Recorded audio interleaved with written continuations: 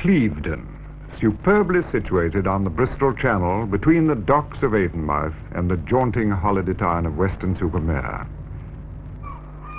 Compared with the majority of seaside towns, Clevedon is as different as chalk from cheese. Though it's always rejected the brashness of penny arcades and hot dog dispensers, it makes up for this with a distinction that would be difficult to find anywhere else. Built on 7 hills, the character of the town, as the visitor is quick to notice, changes from one part to another, but leaves a lasting impression of coherent tranquility. Little wonder that Coleridge and Tennyson, among others, found inspiration here. As varied as the inhabitants is their style of housing, from the ample homes of the 19th century to the tiny 17th century cottages, in themselves part of the grassroots of the town.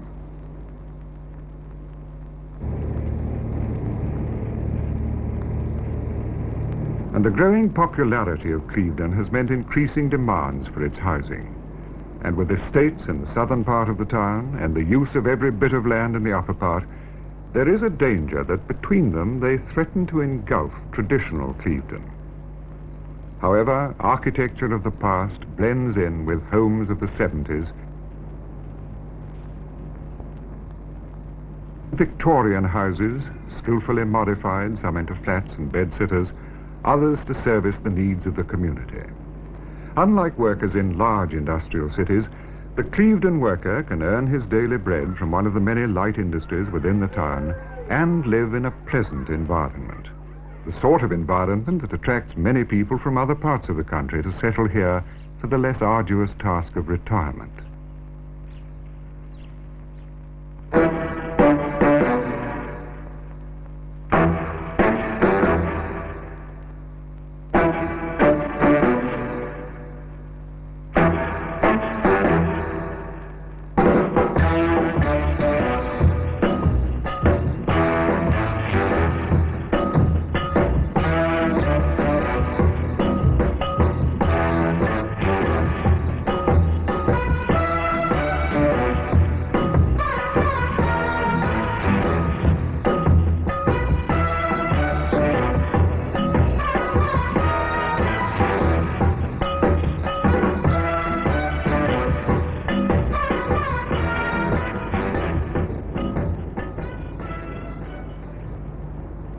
In an age when the car and the motorway are devouring distances, Clevedon, on Bristol's doorstep, will soon be only a couple of hours from London or Birmingham. Station Road, a name now without meaning, the derelict station site almost obliterated.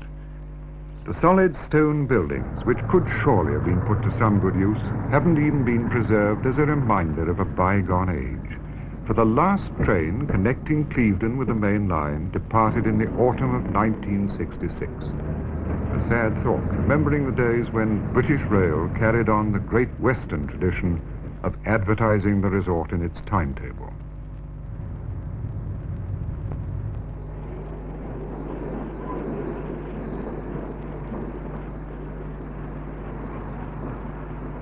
The railway at one time brought people in their thousands from the Midlands and London, coming to see for themselves the tranquil beauty of Clevedon as a holiday resort.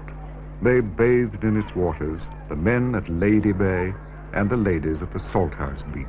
Hardly a place on the British coast could have had more postcards leaving the post boxes. Their senders associated the pier with Wayne's Hill and with the old church in which rest the remains of Tennyson's friend Arthur Hallam, and where Edith Cavell worshipped and was confirmed.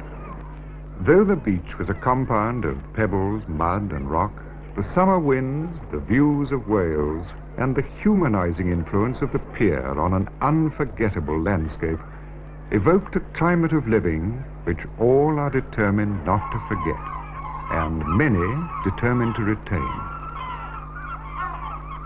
The day the pier opened, Clevedon went wild with pride and a sense of accomplishment, for it was less than 2 years since the Clevedon Pier Company had signed the go-ahead for construction with Messrs. Hamilton. People came from far and wide to salute the pier, which they confidently believed would revolutionize travel in the Bristol Channel. The whole town was decorated, and with the aid of 4 bands, the crowds marched from the railway station to the opening ceremony. From time to time, other celebrations were held to mark improvements, but none more jubilant than when the pier reached its 100th birthday.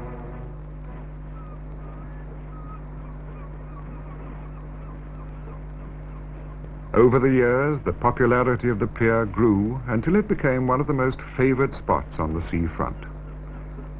A haven for the many fishermen who kept a vigil there each day, just in case one got hooked. A port of call for Campbell steamers, progressing from the paddlers to the current fleet of motor vessels. A place for evening strolls, or just simply for taking the sea air. During the centenary year, the press preview for Festival Week was held on the pier, giving it a touch of its heyday, the theme for the week fitting for such an occasion.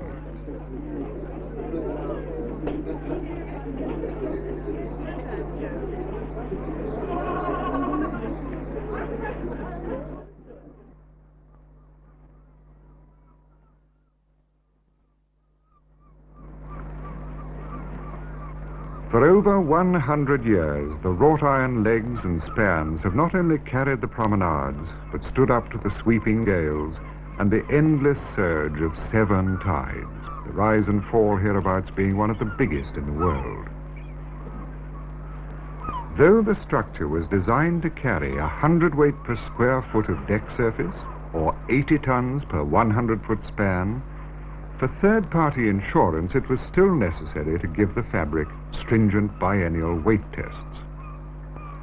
On Friday, the 16th of October, 1970, a few months after celebrating its 101st anniversary, and with the current tests almost completed, the engineers left the pier for their morning coffee break.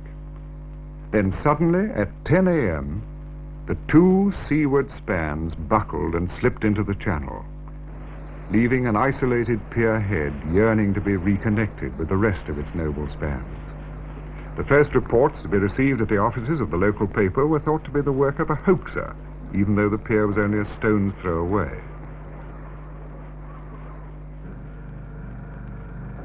Television film cameramen, redirected from other events, were soon on the spot, and by lunchtime at the BBC studios in Bristol, film was being prepared at great speed to be injected into the lunchtime news bulletin. Those pier were shocked. It was almost like a personal loss.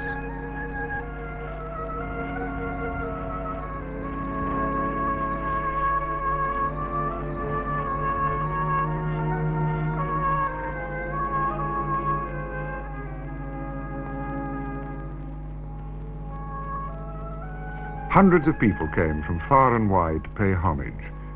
But though distressed, the old girl looked as proud as ever.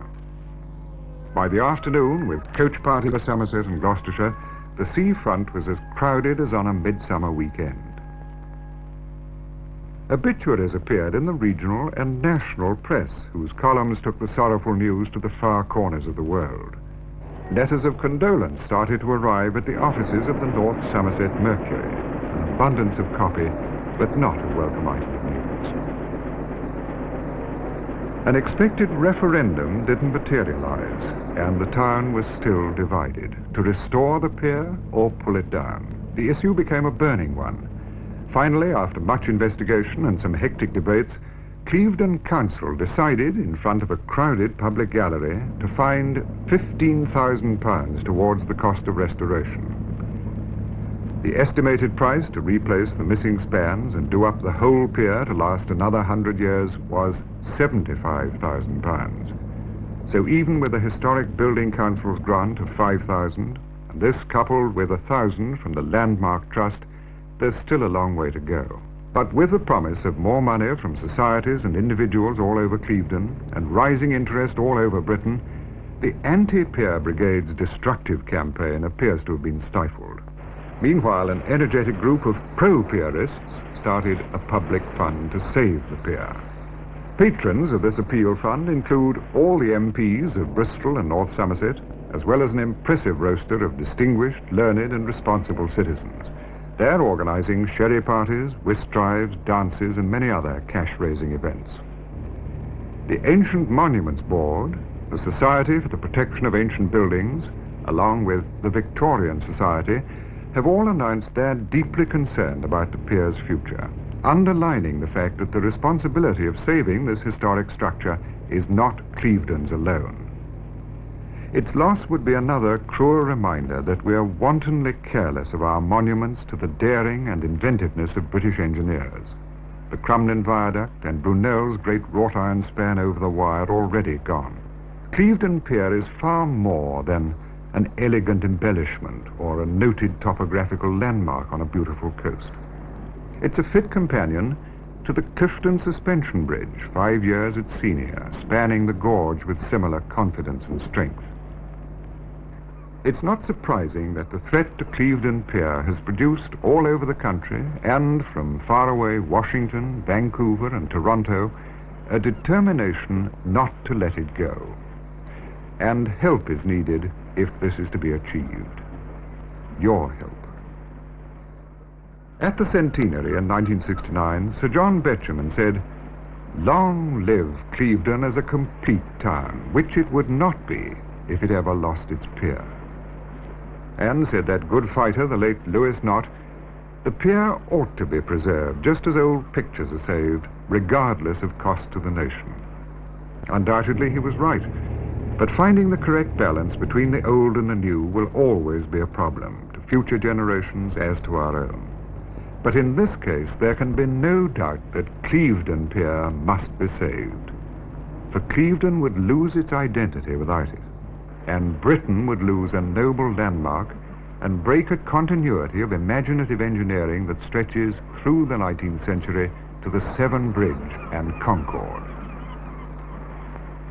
The Wardlock Guide to Clevedon in 1880 wrote, "Gazing with half-open eyelids, full of shadowy dreams and visions, on the dizzy, swimming landscape, on the gleaming of the water, on the splendor of the sunset, and in the midst of the visionary landscape, that wonderful pier."